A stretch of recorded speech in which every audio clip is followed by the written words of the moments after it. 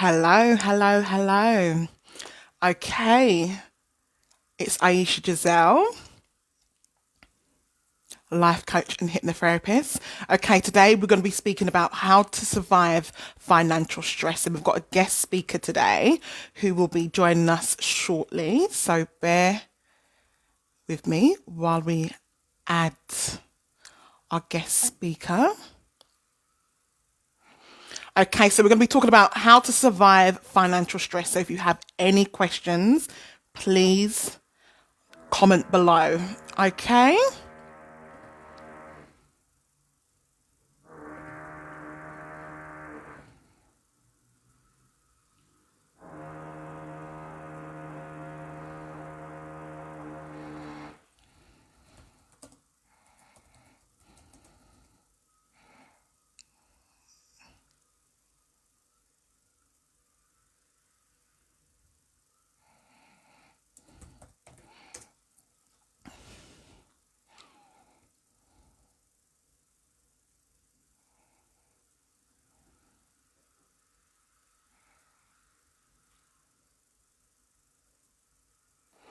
Okay.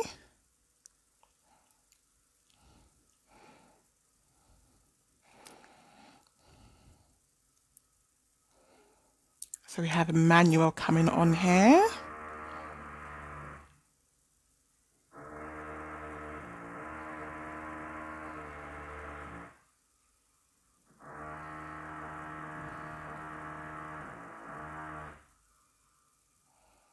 Okay, so we're just waiting for Emmanuel to join right now.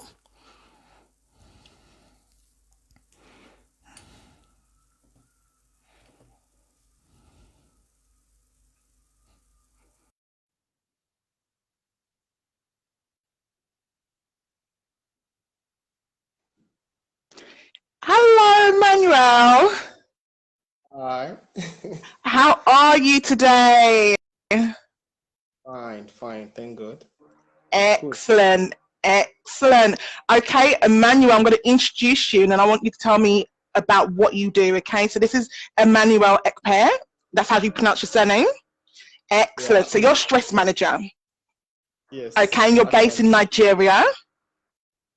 Yeah. Yep. So tell me a bit about what you do as a stress manager. Okay, so the job of a stress manager is actually to help people manage their stress level and help them keep sane and function as they should. So I help them Hmm. through their times and get them to the best state of health. Excellent. Thank you. Thank you. I know you're doing a great job. I listen to a lot of your lives and you give Uh, excellent suggestions and advice and tips. So we're going to go through today. We're going to be talking about how to survive financial stress. So we know that, financial stress is one of the biggest cause of stress.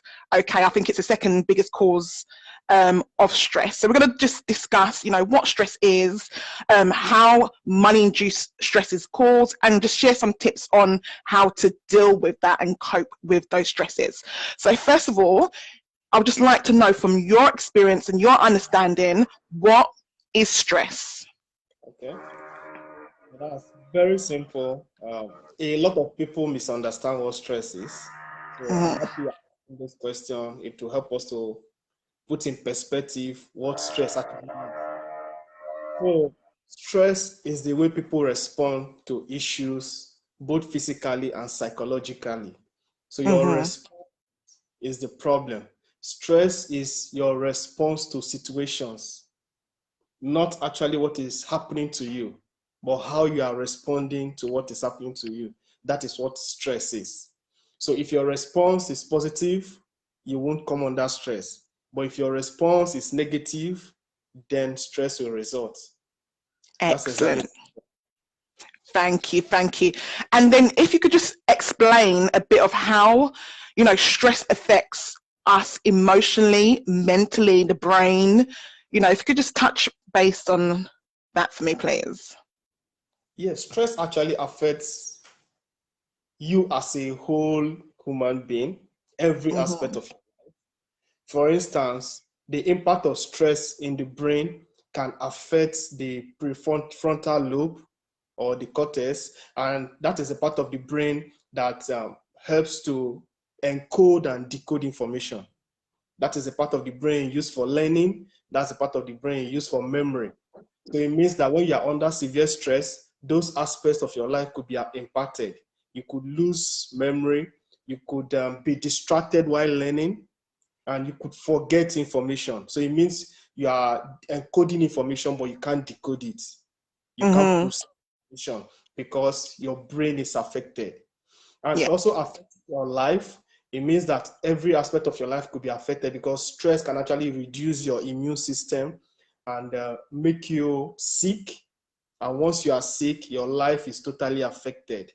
And other aspect of your life, I'm sure that as we progress, we're going to mention the various other aspects that can affect. Yeah, and you made a very good point in regards to the prefrontal cortex and how, you know, the stress can basically, it's like we've got two parts of the brain. We've got the primitive brain and we've got the intellectual brain. And what happens is stress, when you're under a lot of stress, it literally shuts off the intellectual part of your brain. So you can't be rational. It's so hard for you to be rational in those moments. So you can only focus or act on the fight, flight, and freeze response. So I'm glad that you picked those points up. So we're going to talk about financial stress and how to survive it, okay? So why is money and finances such a source of stress? What is it about money and finances that causes us so much stress? Okay, so there was a poll that was conducted by CNN in 2009, and the question was asked, what is the #1 cause of stress? And everyone around the world said money. Okay, imagine this scenario. Imagine that there was no money. You could walk up to Walmart and say, I want to pick this, I want to pick that, and you're not giving them any money. Imagine that you walk up to Ford and say, I want to buy this car, I want to take this car, I want this house, and you are not offering money. There will be no stress. In fact, there will be, because everybody will want what everybody wants. Everybody wants the good life.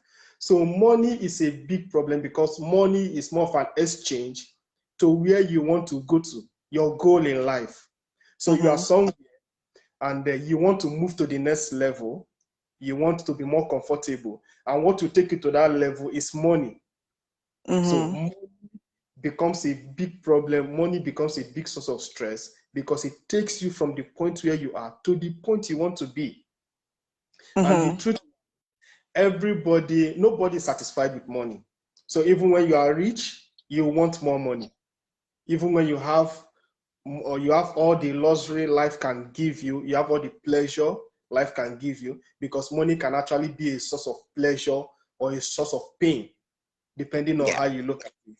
So if you don't have money, it becomes a source of pain. And I'm sure we're going to be looking at the denial and all that. So it becomes a source of pain for you. But if you have money, it becomes a source of pleasure, but you want more pleasure. Because there is pleasure. So we're chasing this pleasure, okay? So it's like you get to one level, okay, and sometimes you may, you know, you've got used to it now, so you're no longer satisfied, okay? So you want the next level. So you're chasing something else, okay? So I understand. So that is what actually causes it, because money is what most people are chasing, and without considering the impact it has on their health and their body. So you keep chasing money, you keep focusing on money until it totally incapacitates you and you find yourself in the hospital. So that is what exactly happens. That is why money is a big deal. If you remove money from the equation, the stress level of everybody will drop. Okay, so I'm going to ask you a question. So in regards to money, so I understand that money is like an exchange. It's an exchange of energy, but it's an exchange. So it's basically, you know, for this service or for this product, you know, I like, say for example, a product was created, so hours were spent creating this product, so I'm getting value for this product, so that's exchange for this money. Okay, so therefore that it's like an exchange. Okay, so it's kind of like if you work a certain amount of hours, you're going to get X amount of money so that you can buy these particular things. So it's an exchange of value, basically. So if you are not able to afford certain things, or you can't come up with the kind of money, okay, then you're not going to be able to get certain things. So that is a hindrance, number one. But also what I notice is that knowing how to manage your money. Okay, so you might even be able to, you might earn £5,000 a month, for example. Okay, but because you don't manage your money well, okay, your expenses outweigh your income. So now you're in a deficit and you're having problems managing your money, which is causing you that additional pain. Yeah. What's your views on money management and that cause on stress? Okay, so money management is the major cause of money stress or financial stress, because the truth is a lot of people don't understand how money works. Mm-hmm. Money flows like a bird. So you can have money today and lose it in a twinkling of an eye. Okay, let's say you're into cryptocurrency, Mm-hmm. and Bitcoin went down just after Elon Musk actually made an announcement. You understand? And the thing died. So imagine you invested millions of naira into Bitcoin, and you can lose everything within a few minutes. So it Mm-hmm. means that money moves from one point to the other. So if you don't know how to manage it, that what is coming in is far more than what is going out, it will cause you stress. So it means Mm-hmm. that income must increase. If your lifestyle, you want to increase your lifestyle, you must increase your income. So Yeah. if you want to live at a certain level, you want to enjoy a certain level of life, you must look for ways to increase your income. Until your Mm-hmm. income is, you cannot fund that kind of lifestyle. Yeah, So I agree. yeah, the pressure to actually get to that level, or the pressure of debt, maybe what is coming in, because a lot of people have placed themselves on a certain level that their finances has not placed them. So they Mm-hmm. are operating at a higher level than what their finances is saying, because finances can actually place you at a certain level. You know what your income is. For instance, your monthly income is £5,000, and what you are spending in a month is £10,000. You are in debt already. Mm-hmm. What when it's time to pay those debts, you run into stress. So if Mm-hmm. you understand how money is managed, and you don't understand that you need to operate within your limits. This is not about pride. This is not about anything, but you need to operate within your limits. So if you That's a can't good afford it point. now, yes, if you can't afford it now, you will be able to afford it later. Mm-hmm. Staying 5 years ago, the part of my country where I was staying 5 years ago is not where I'm staying now. Mm-hmm. So 5 years ago, I could afford a certain accommodation. But now, because my income has increased, I can afford a better accommodation. What if I wanted to afford a better accommodation 5 years ago? I will run into debt now. Mm-hmm. So as income grows, you grow with it.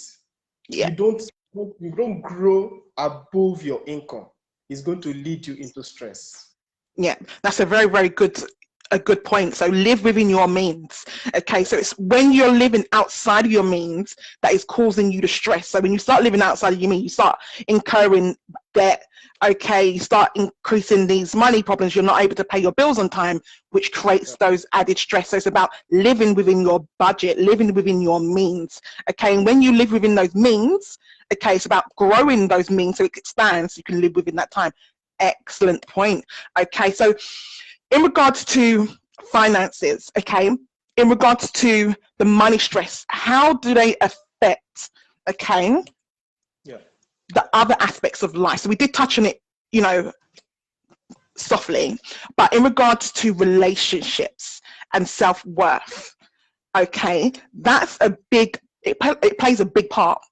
Okay, so let's start with relationships. How does money-induced stress affect relationships? Okay, so it's a major issue. Okay, let's say we're talking about spouses, people that are married. according to a poll that was conducted by American Psychological Association, they said about 70% of arguments in families is financial arguments. So there are issues. The husband wants a certain kind of life. The wife wants a certain kind of life. There's no agreement on what they actually want. So that is a major source of stress for them. And people become less empathic when they are under stress, whether financial or otherwise. So they become less empathic. They become irritable. They become angry. So, and when you are in that state, you can't relate to it with anyone. You can't relate to it. To be in your mental health has to be stable for you to be able to say, I want to relate well with people around me. So it could be friends, it could be family, it could be your neighbor, but you are not in a good state of mind because of financial stress. It will lead you into more issues. And this is a circle, because if you are irritated or you are angry because you are in the financial stress, it affects people around you. It affects your mental judgment, and it affects your health. Then you spend money taking care of your health, and your circle continues. So it's a lot of so that's exactly how it is. Do you know what? And in regards to relationships, it's kind of like what I find with clients and just in general with society, that especially, with finances, it's like a taboo. It's kind of like, people don't really talk about their finances or their financial issues, or they kind of have a lot of shame associated with, being in a financial mess. And I feel that shame kind of sometimes holds them back from seeking help. So then they don't seek the right help, so they get into more issues. Okay. So what's your views on, that the aspect of shame that comes and not being able to speak out or go out and get that support that you need? Okay, so shame has to do with your self-worth too, your self-esteem, because your finances should not determine your self-esteem. Your self-esteem is intact, whether you have money or not. It's inbuilt. So there is no reason to be ashamed. So if you're in a situation that affects everyone, there's no reason to be ashamed. Let me give this instance. For instance, people who have COVID are not ashamed to announce it, because almost everybody around the world is affected by it. So it's not a thing of shame. And you see top politicians, business people coming out to say, okay, I had COVID, even actors, actresses saying I had COVID, but it's been resolved now. So that gives people a certain level of confidence to come out to say, I also have it.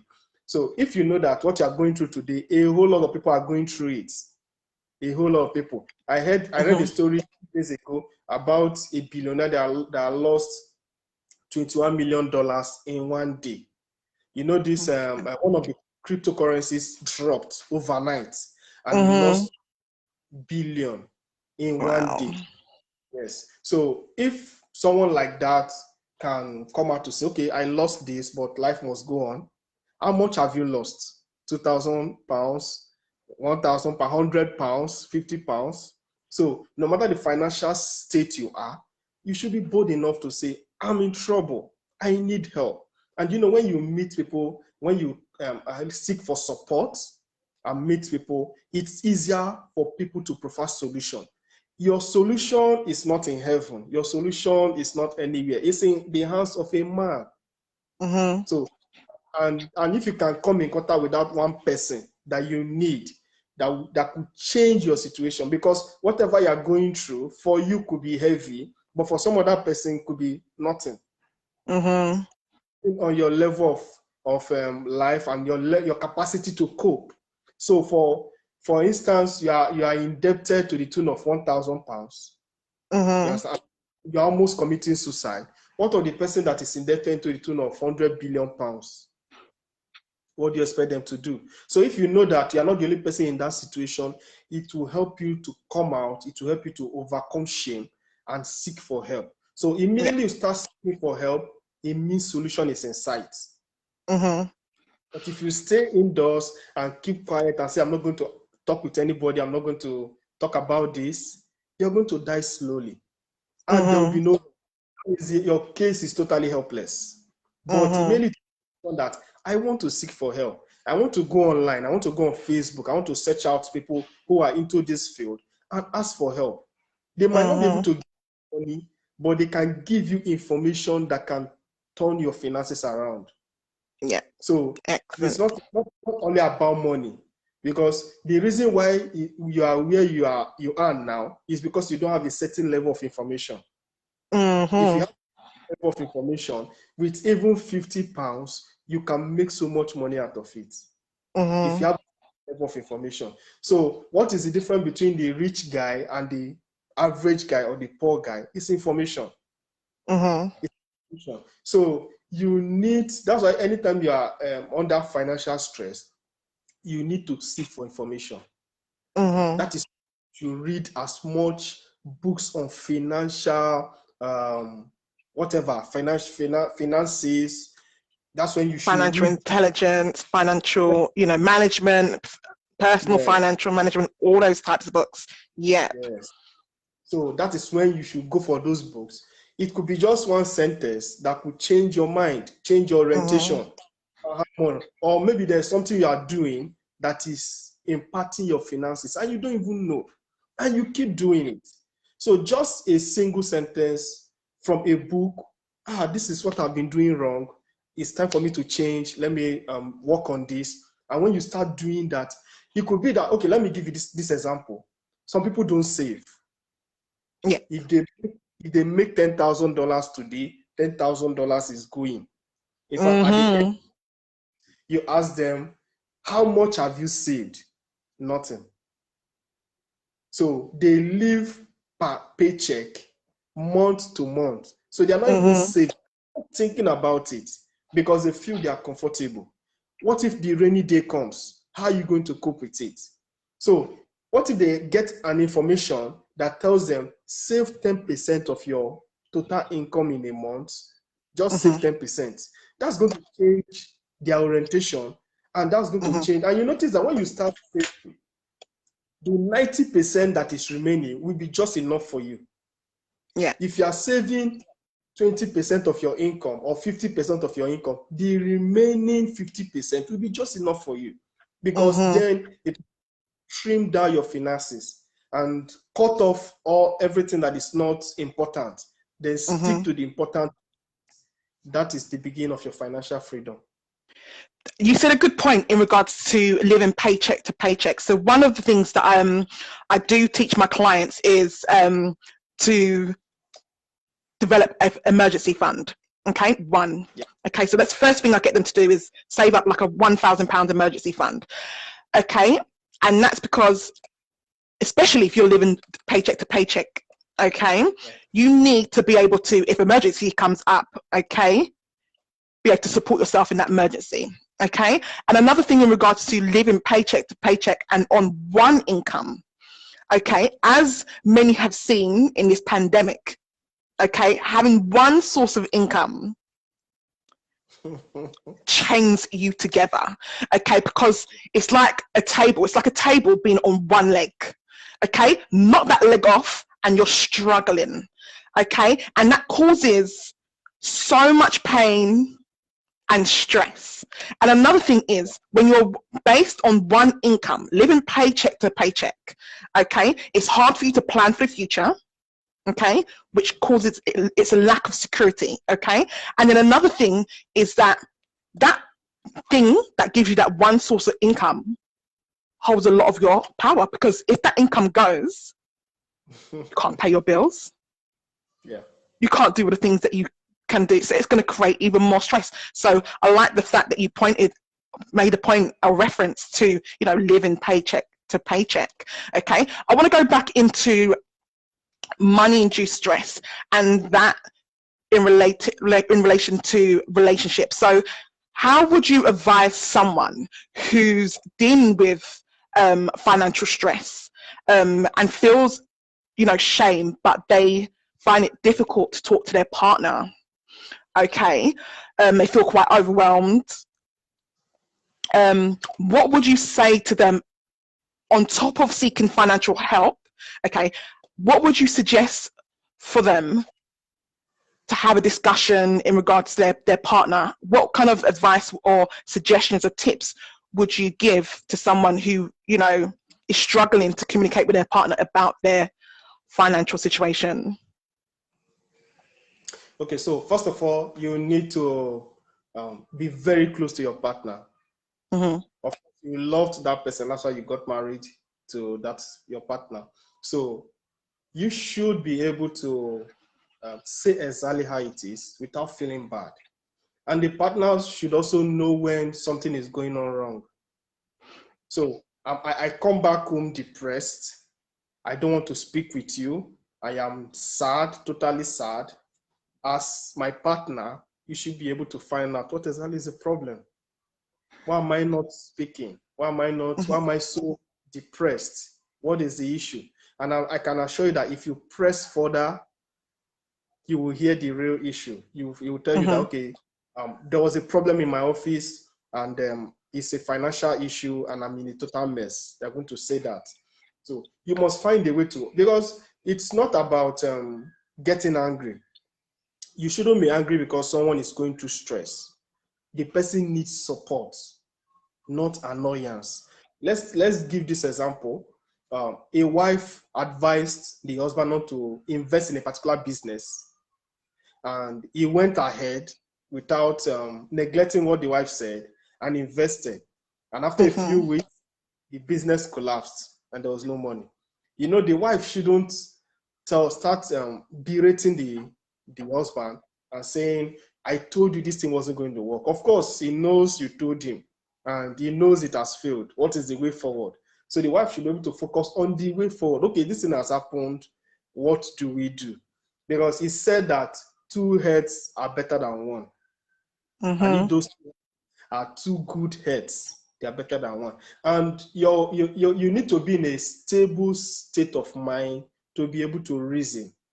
You cannot reason very well if you're not stable. So I say to my clients and I say to people when I go for speaking engagements, both locally, international, I tell them the wife is a stress manager. Women have a way. Women have a way of calming their man down. Women have a way of making peace in the house. The man is irrational. Women are more logical. Women are more intuitive. So it's for a woman to say, okay, don't worry, everything will be fine. And that is okay for the man. That is okay for the man. The man is relaxed.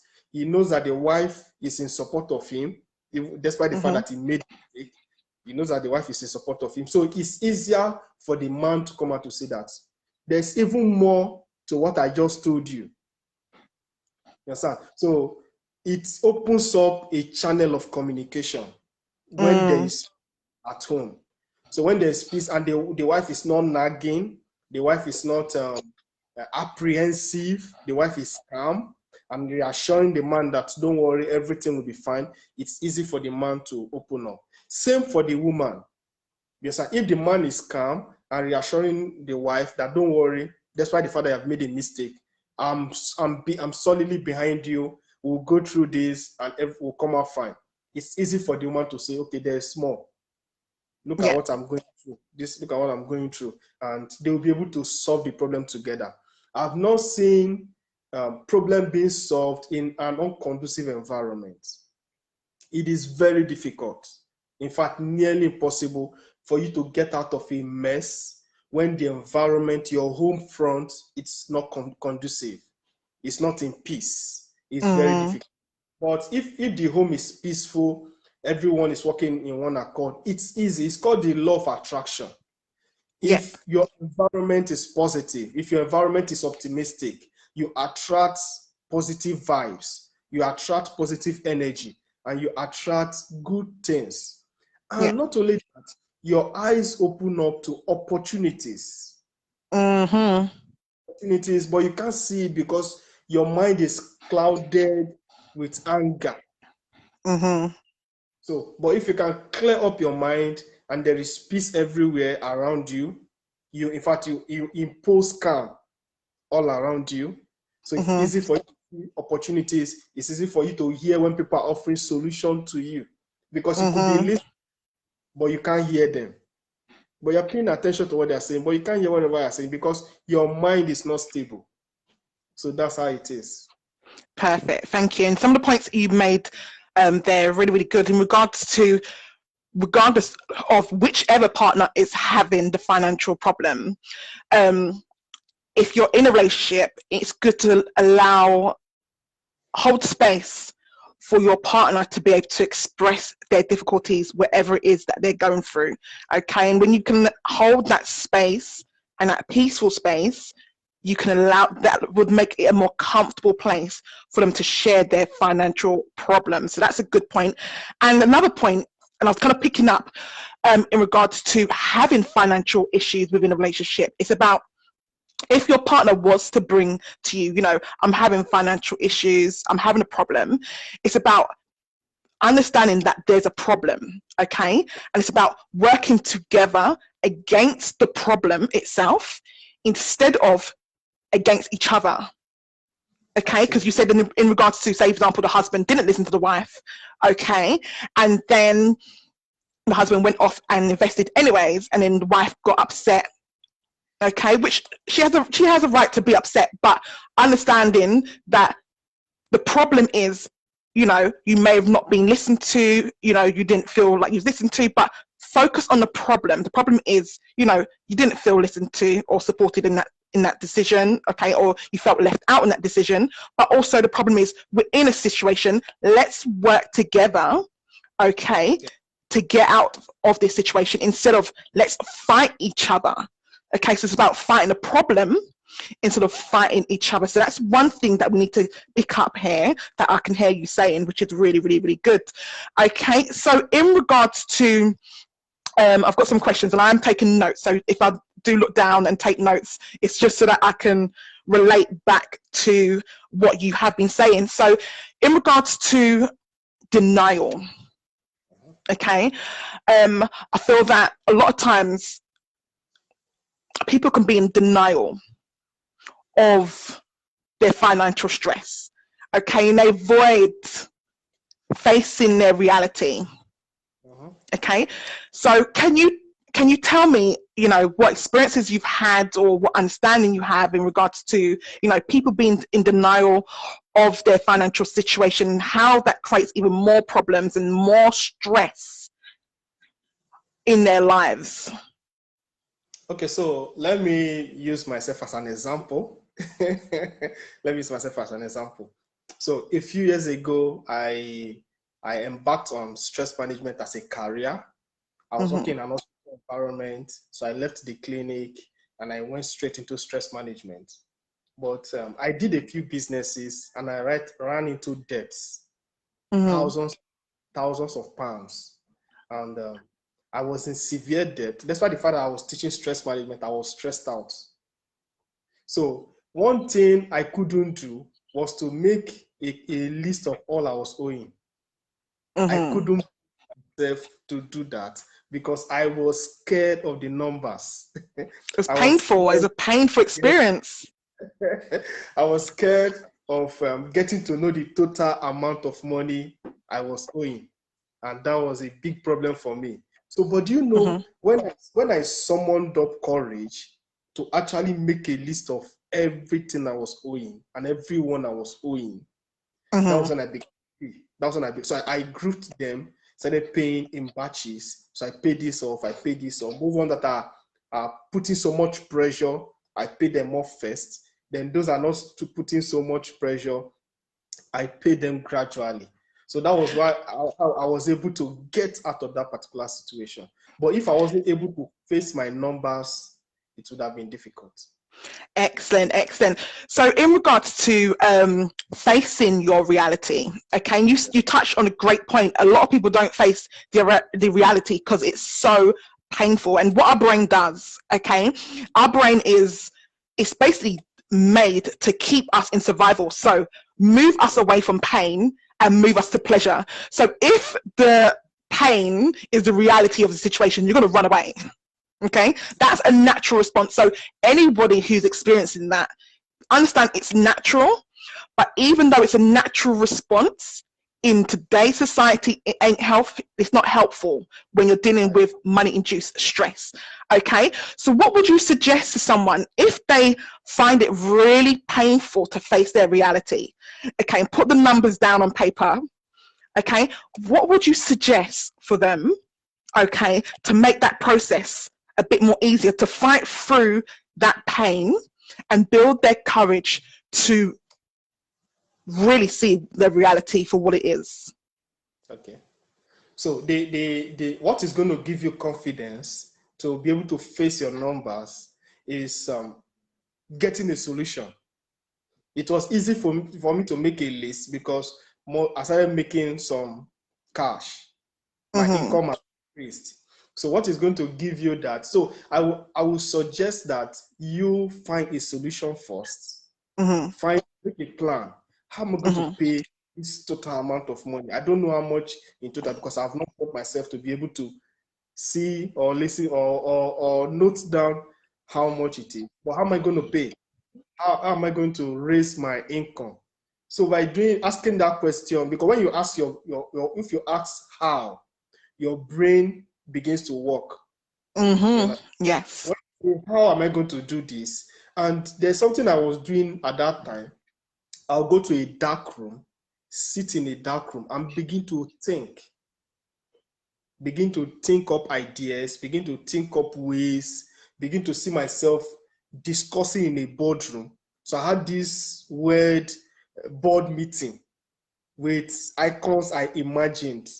So I could see Bill Gates in my mind sitting with me in a boardroom.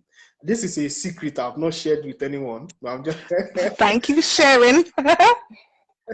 So I could see myself with Bill Gates, see myself with Jeff Bezos, see myself with the top guys discussing on how to get me out of debt.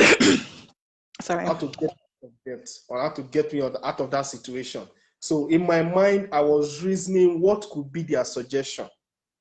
Because I've read some of their books, I had a faint idea of what they would say. So first is, you mentioned it, diversify your income. Don't have a one source of income, because it's easy for you to enter into serious trouble when your income is one. Yeah. Think of side, in Nigeria, you will call it side hustle. So the hustle is by your side. It's not your main job, but it's something you are doing by the side, something that adds extra income to you. So when you've noticed that your income is increasing gradually, then take the boldness to do the calculation. Just write down don't calculate yet. Just write down all you are owing and look at it. Then gradually, maybe look at it the first day, the second day, the third day. By the fourth day, summon courage to calculate the number and get the amount. So after you have gotten the total amount, what do? You strategize. Which ones are urgent? You group them into a table. Which ones are, okay, not too urgent, but I can pay anytime? Because there are some good friends. They will tell you, we know what you are going through. Pay me at your leisure. Pay me at your convenience. So they are not putting you under pressure. So those ones, you can group them into the second table.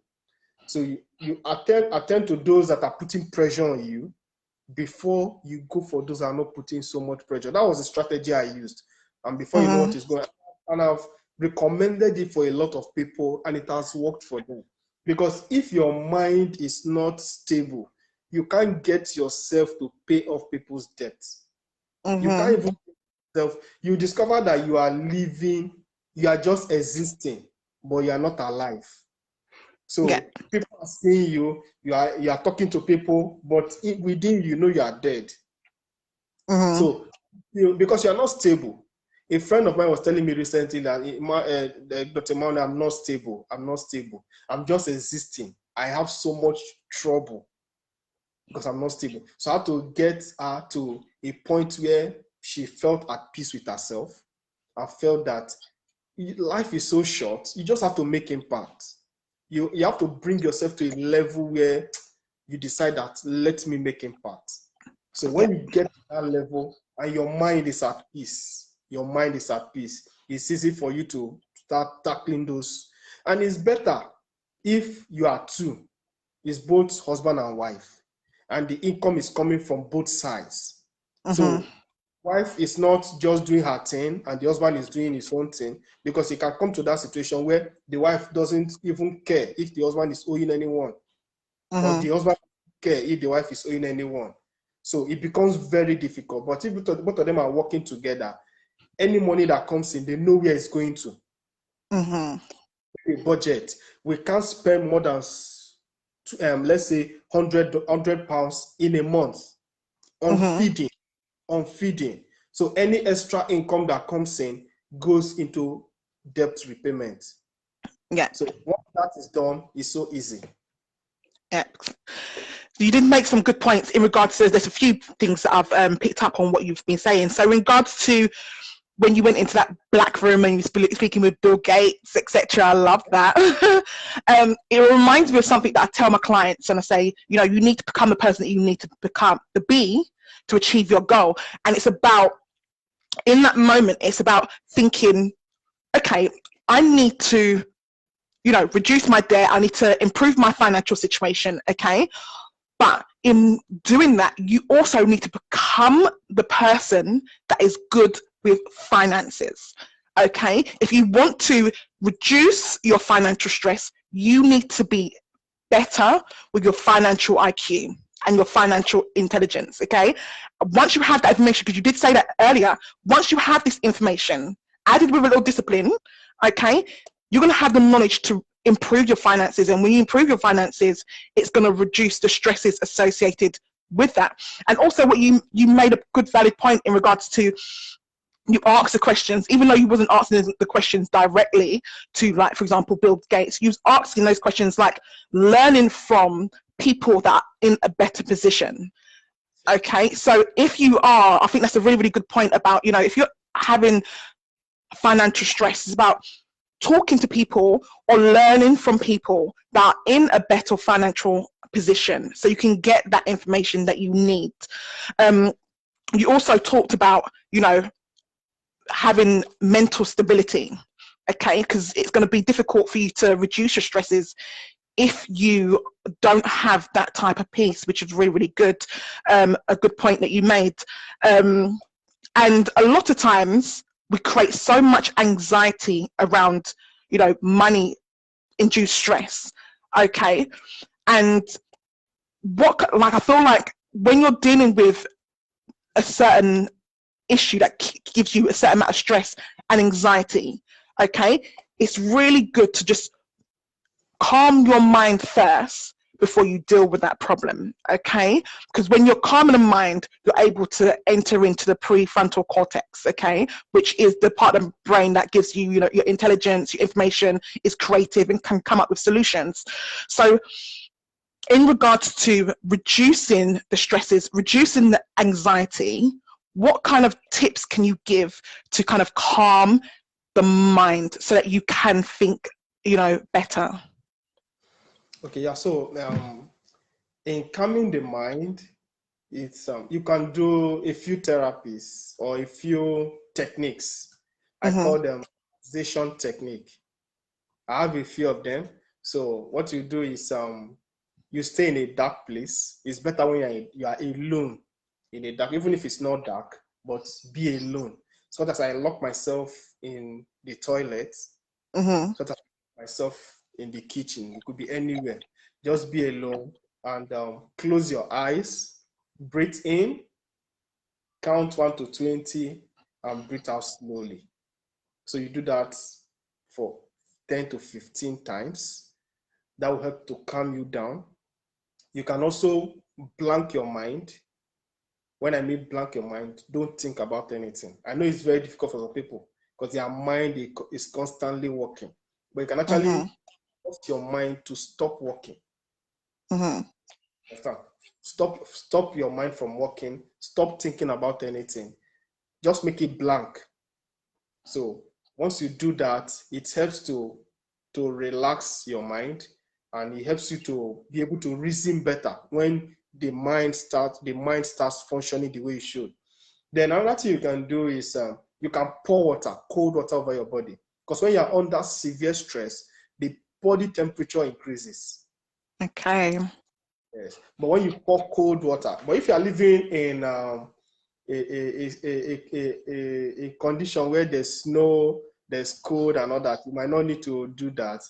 But if you are living in maybe like our environment, you can pour cold water over yourself. So once the temperature drops, even if it's not cold water, you can expose yourself to a little cold.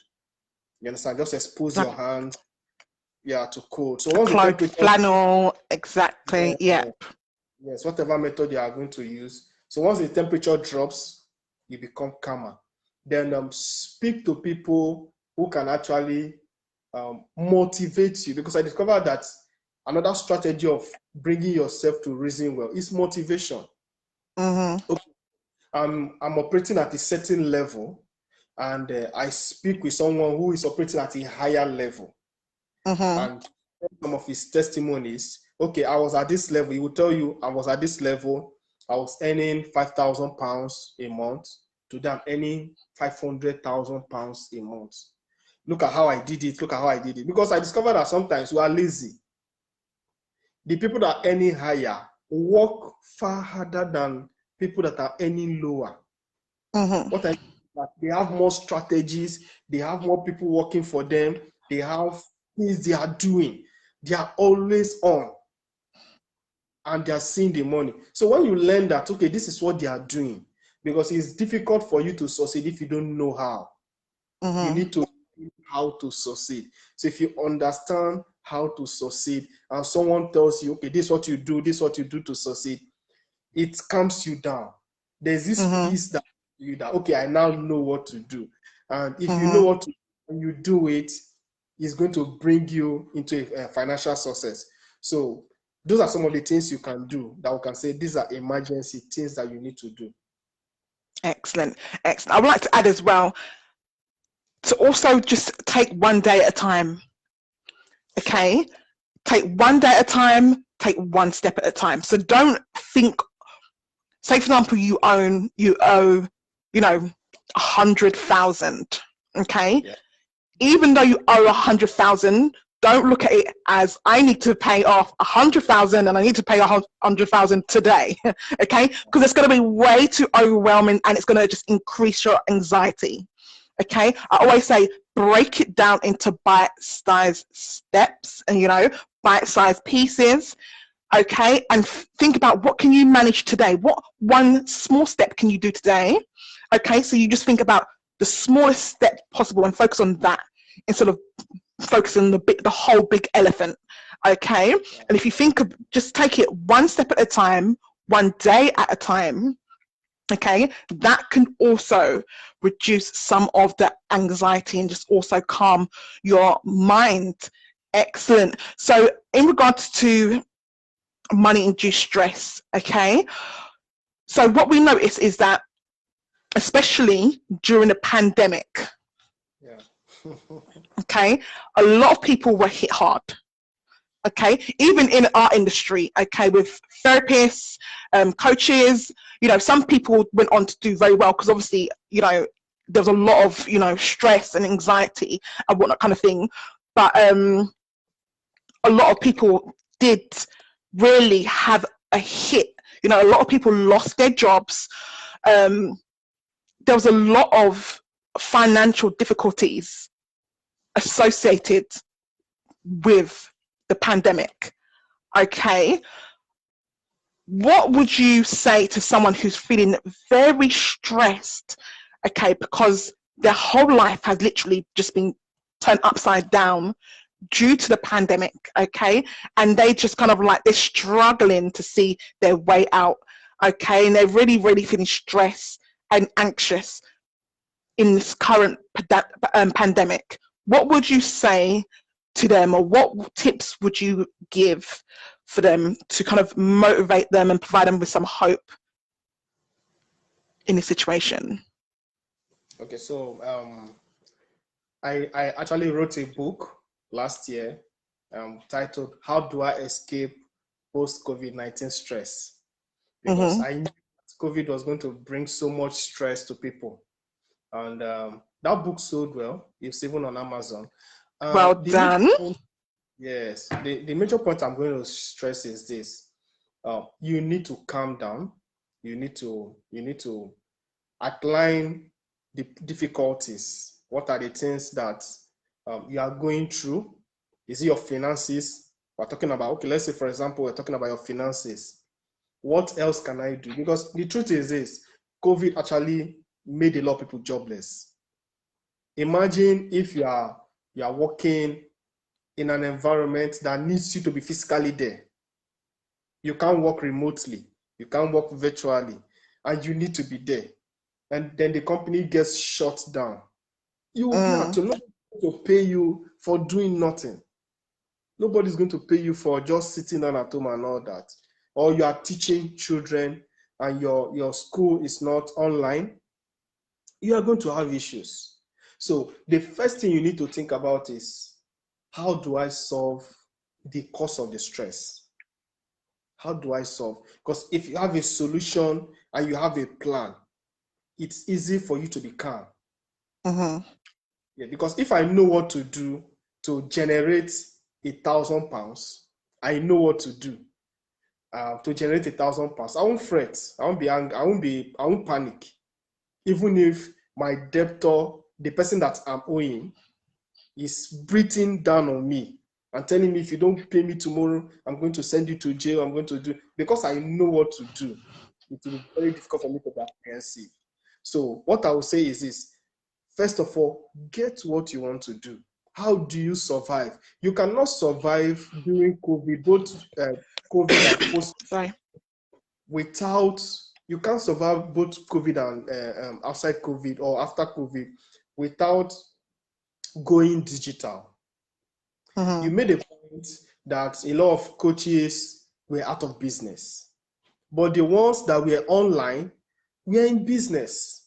If I know of a coach in Nigeria that made, in Nigerian terms, over 160 million naira. If you convert it to pounds, that's over 100,000 pounds. So within COVID, and there was a lockdown, nobody was moving, because the truth is this: during COVID, a lot of people are drawn to their phones.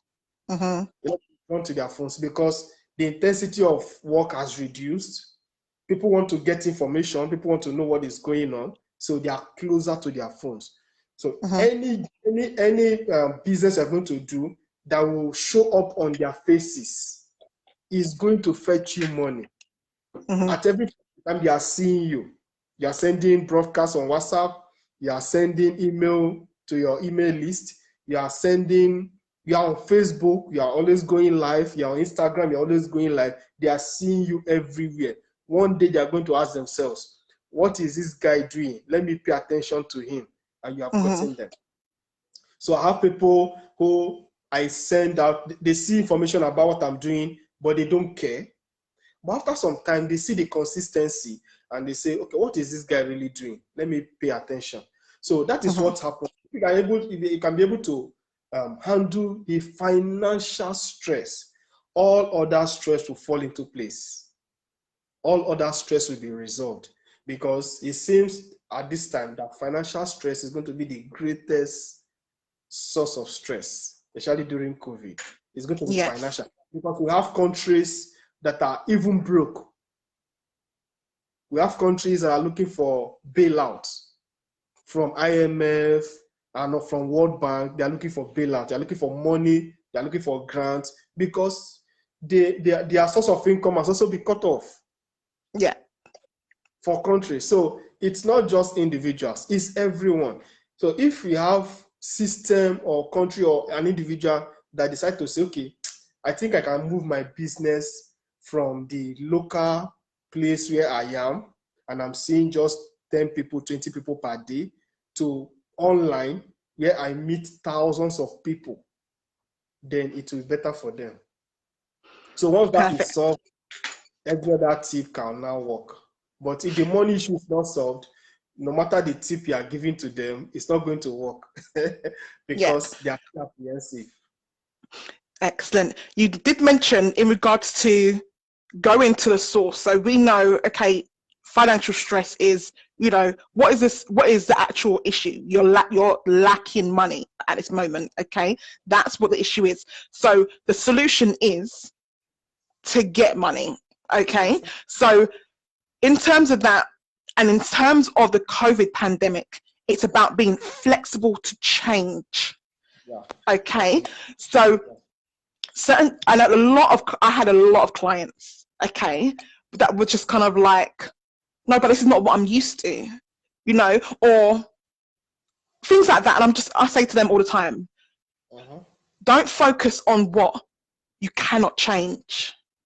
Okay, focus on what you can. Okay, and there's a lesson in, you know, going through this pandemic, and it's about being flexible and adaptable. Okay, because if the people that struggled the most are the people that were not adaptable. Okay, you have to be adaptable in life. Okay, certain things, curveballs are going to come, and it's about, you know, understanding, do you know what, I'm going to have a curveball. Just disappeared.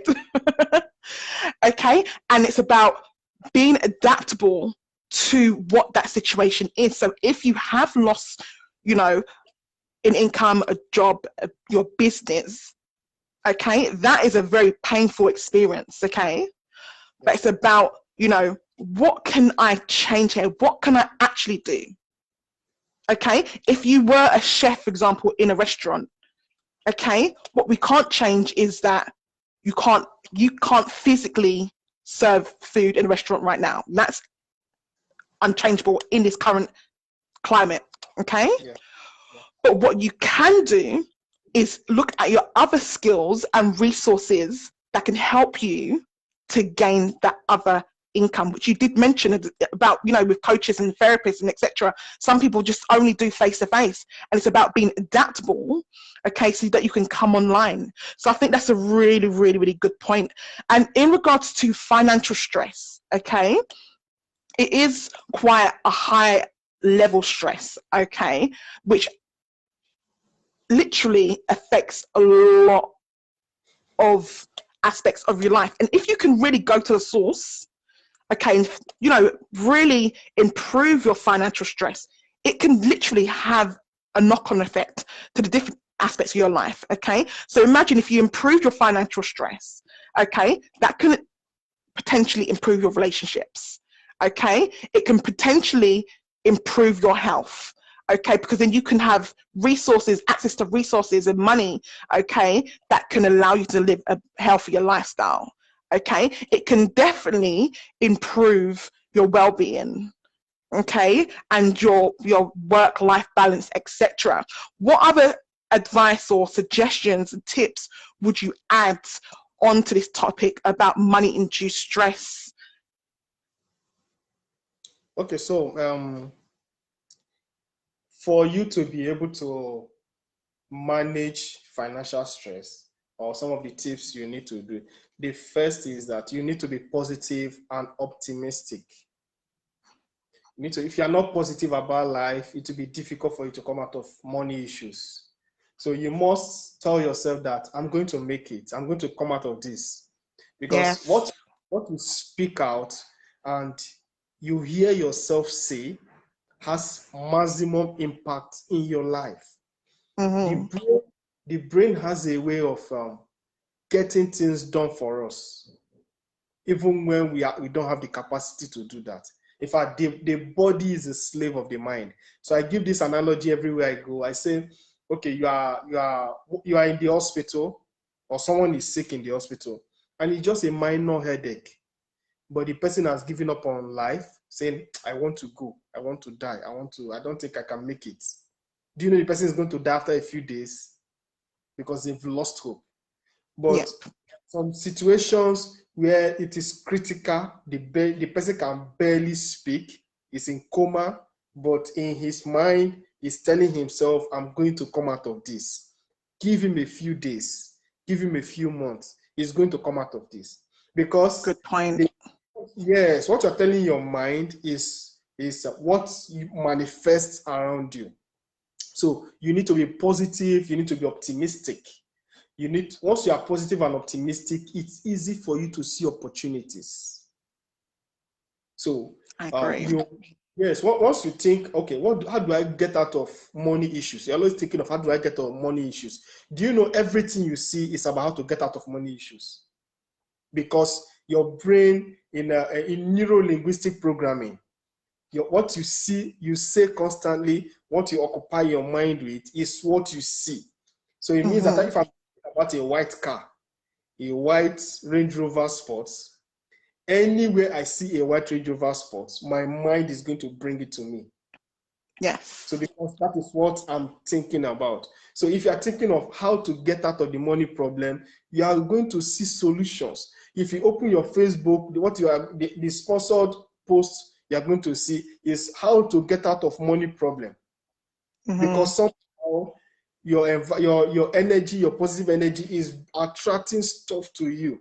So everywhere you look, you see solutions. So you should be able to pick those solutions and work with it. Don't just procrastinate. Don't say, I'm going to do it next time, or I'm going to do this.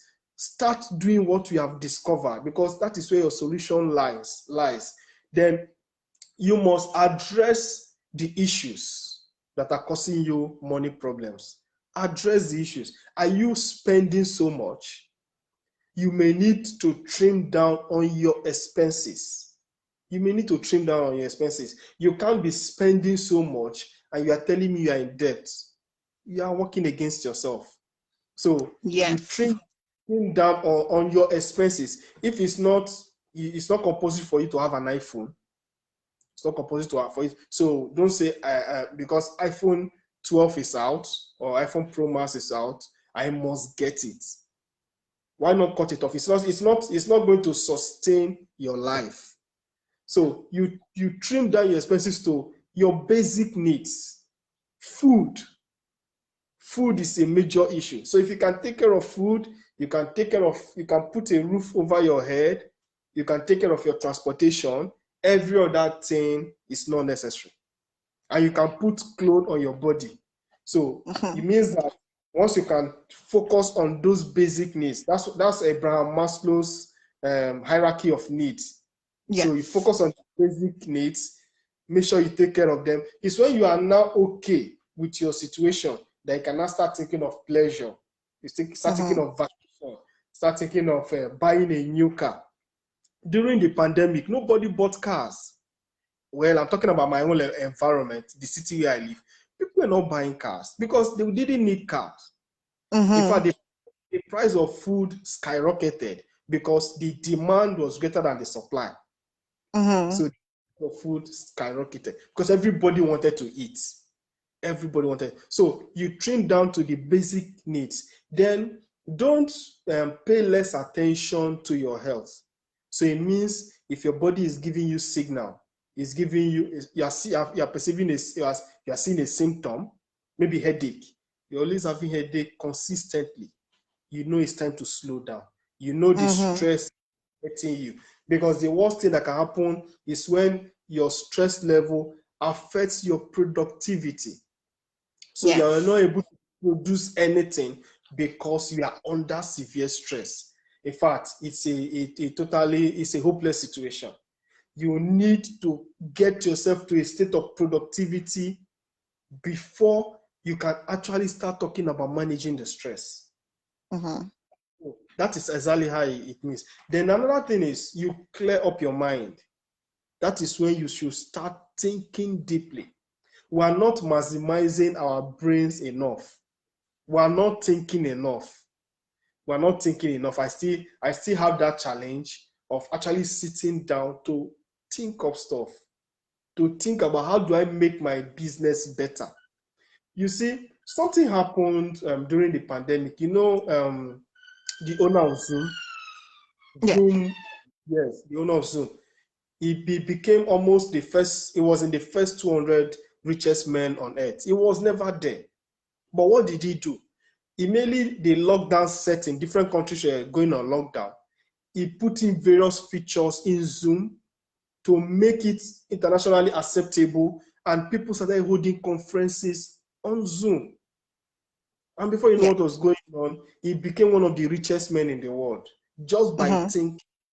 What if he decided to continue the way he was doing, a nonchalant attitude? People, maybe the network keep breaking when you're using his platform, or it's not clear, or there is a problem. Nobody's going to go there. Nobody's going to go there. Nobody knew, in my own community, nobody knew about so much about Zoom until there was a lockdown. Yeah. Nobody knew so much about Facebook Live And that's a until there good was point. He was adaptable and flexible. So he saw the situation and he adapted quick, and he's a flexible. And that's one key point we need to take on, guys. If you're listening, you need to take on. When a situation becomes a problem, the best thing to do is not procrastinate, as you said before. Don't sit in it. Don't procrastinate. Okay. Be flexible. Be quick. Okay. That's how you can solve your situation and get out of it much more quickly.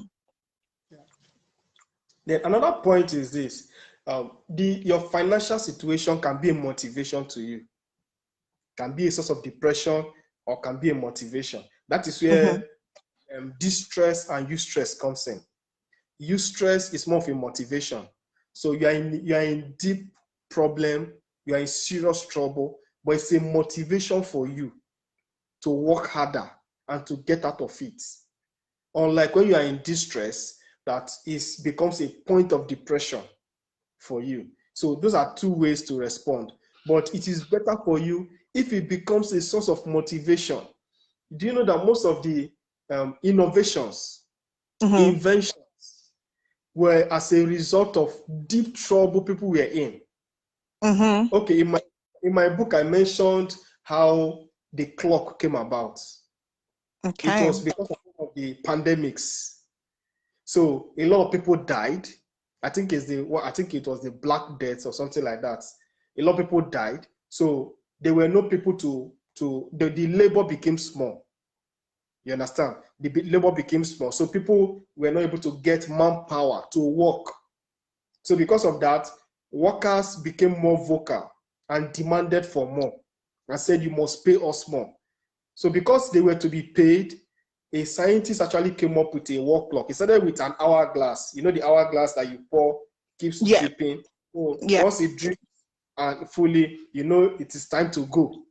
Because of that, before you know what was going on, someone said, okay, we can make this thing better, and decided to make a work clock, a clock. So okay, interesting.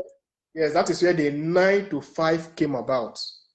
Working 9 to 5, that is where it came about. So 8 hours of working, and a lot of people started doing that, and that's how work clock came about. Same with different inventions. One problem, one man would have been in a very serious trouble, and that was a motivation for him to say, I can't die like this, I can't go like this, I need to wake up, I need to think of something to do. And they come up with a great invention. And once that happens, it becomes, because you have solved the problem, people begin to call you. And people know what's happening. Because you're offering value, money comes to you.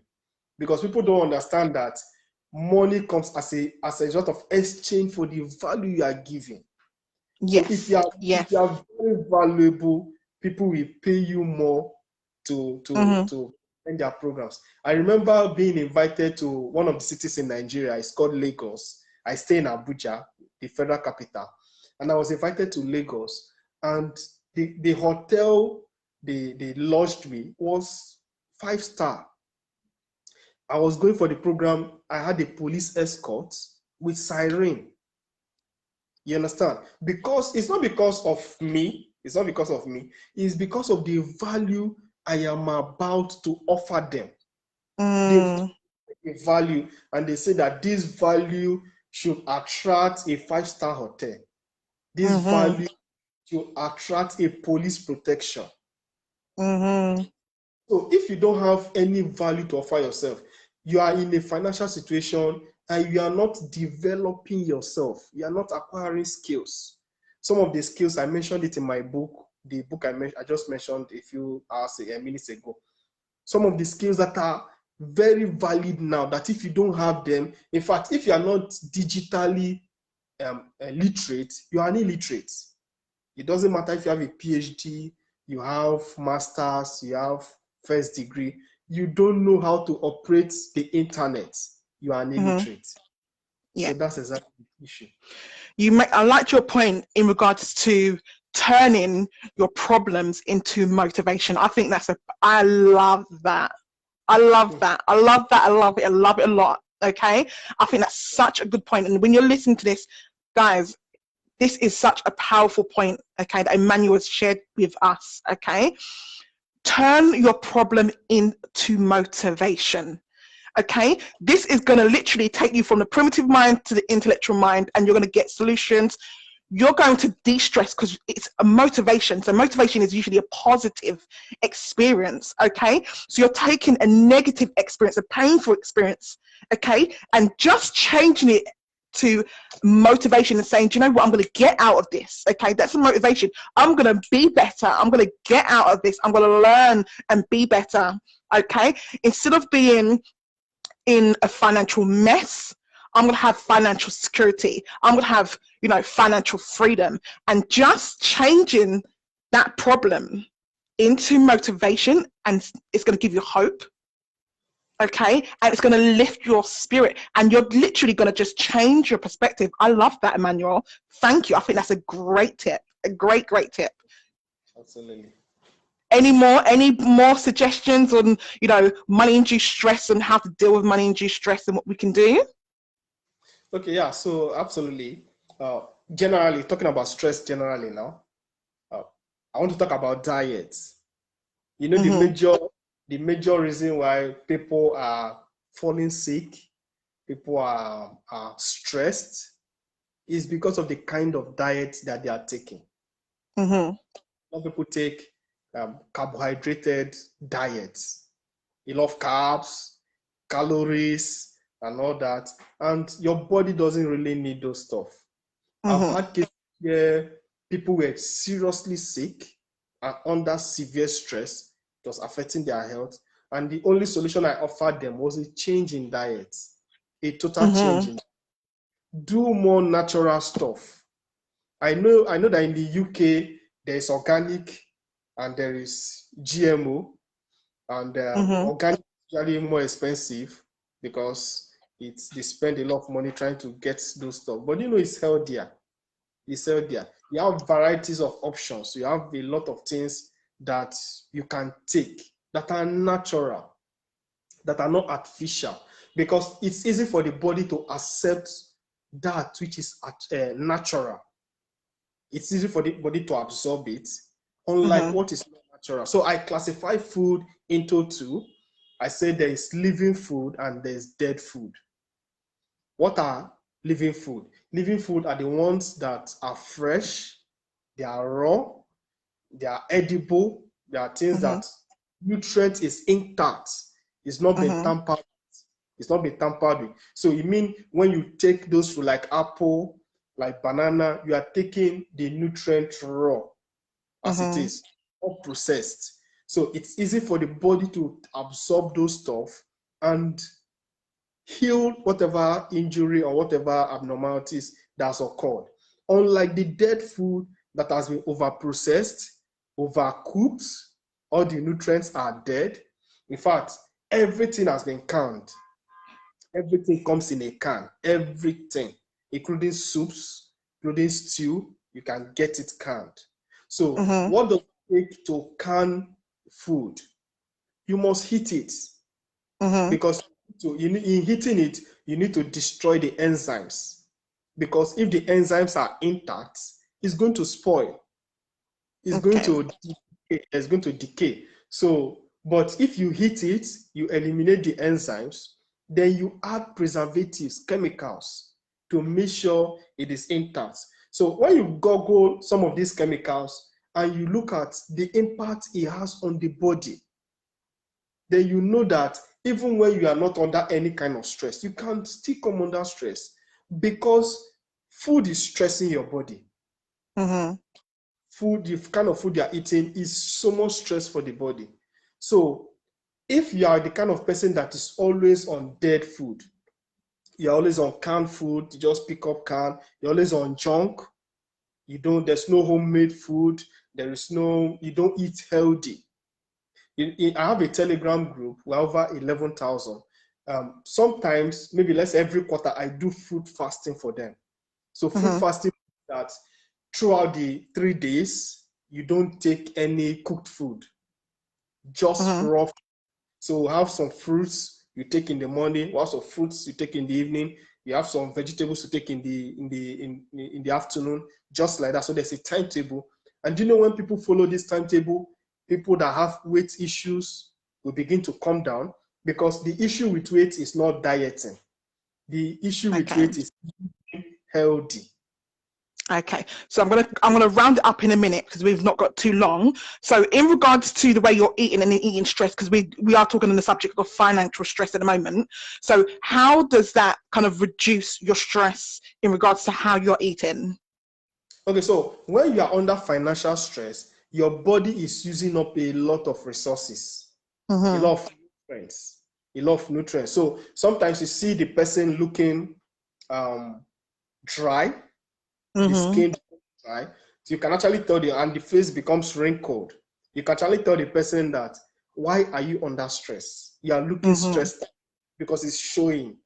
But when you are eating healthy, you are eating vegetables, you are taking fruits, you are drinking lots of water to hydrate the skin. Even when you are under tremendous amount of stress, nobody's going to know. And your health will not break down. So because there's a constant supply of nutrients. So even when you are under financial stress and you are going through a lot, you're not going to lose weight, because stress can actually lose weight in one day. Especially financial. You discover that you are in trouble financially, you can lose weight in one day. But if you are supplying the body nutrients, you will have appetite to eat, because the nutrients is going to provide the vitamins that will give you appetite to eat. Then there will be a constant supply of enough resources for you to go through that stressful period. Yeah, so that's excellent. And that's really, really good point. In regards to, I'm glad that you brought up, you know, nutriments and, you know, your eating habits while you're under a lot of stress. Okay. And one thing that you want to do, even if you're experiencing financial stress.